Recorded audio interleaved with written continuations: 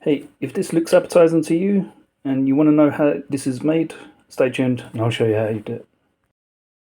Okay, first step, here's the carrots. Okay, once you're finished doing the carrots, just go on to the next thing you find. It doesn't matter what order you put them, as long as they're being chopped up in small little bits. Try and find something a reasonable size. You can stick it in, you can use a saucepan even.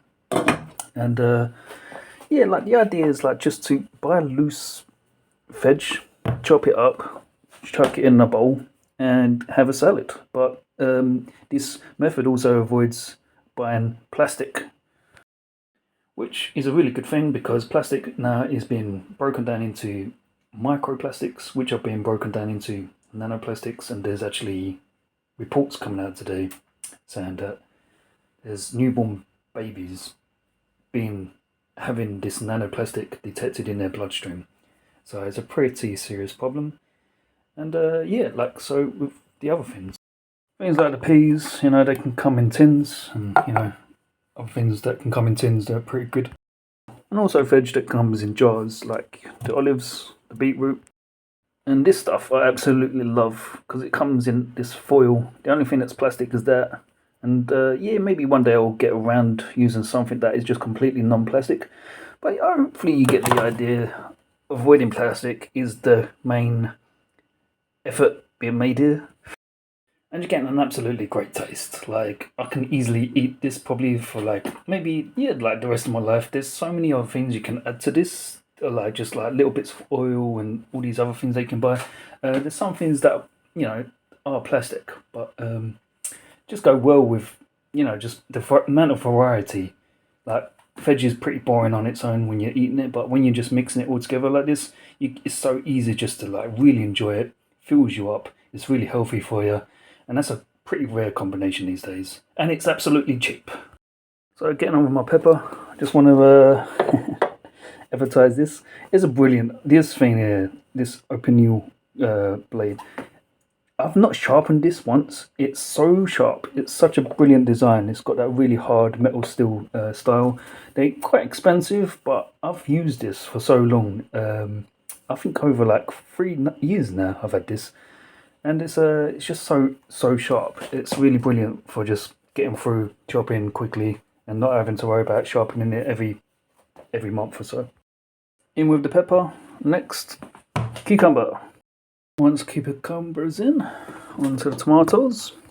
One thing I will point out about doing this is soluble water-based vegetables like tomatoes. You can see the pool of water that it's making, and it will collect at the bottom of the base of the salad. So if you leave it, say for like overnight, you've got to be careful. It collects all this water at the bottom, and that can easily go funny. So what I find is putting something in your salad that can absorb this sort of thing. I'm trying an experiment today. I've got some homemade bread out of the bread maker. I'm going to chuck little bits of bread in there.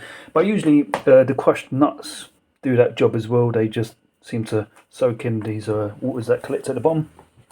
But it's just something to be mindful of, On with the olives. The more variety there is in your salad, the more it's going to taste nice. I've got queen olive there.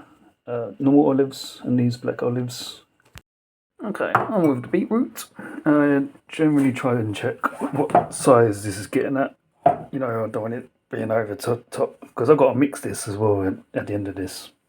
And I'm putting these things in last because I don't need to chop these, they just go in. I'm going to be putting in some spring onions this time, half of an avocado, it's still got to fit in there somehow, and my crushed nuts. There's other things you can put in this, like sweet pickle and mustard and all these other things, but they just go in at the end because it just helps when you mix it all. That's at least what I find. Yeah, so this is generally how I got getting the avocado cut into bits. I just go at it while it's still in its shell, and then at the end I'll just scoop out what I can with a spoon. That generally works pretty well. Just like that. Just be careful none of the skin is still attached to the avocado. With a bit of spring onion, sweet corn and peas. Now with the crushed nuts, I've got walnuts here and dry roast nuts. Once I crush all of that, it will just go in there. If you haven't seen my other video on the Vindaloo video, this is what I just use. It's just a massive cup. I've got myself a crusher, and this is how to be smart with, you know, saving money. You don't need these bowls with these crushers. Just use what you put in the bin. You know, this is going in the bin. It is perfect for my crushing these nuts, and it's just a big cup. It's perfect. You could use a bowl. You know, just be smart with your, you know, imagination. You can save these self, like, how much are these crush bowls these days? Probably 20-30 quid. Yeah, the irony of using it this way, it actually is quicker. If you see these little grooves at the bottom of this jar, it's making this effortless, and it's just people will pay like money to have this sort of equipment, and other people throwing this stuff in the bin, not thinking of its use, you know. Just a little life hack for you there.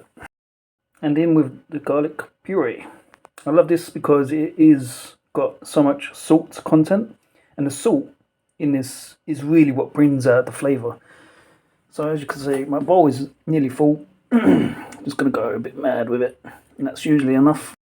If for any reason you're allergic to garlic, or, you know, just don't like it, or you're a vampire trying to go onto a vegan diet, I really suggest just putting in a bit of salt, like just a bit of salt. Salt really brings it to life, you know, a little bit. But some other people might disagree. It's just my personal preference.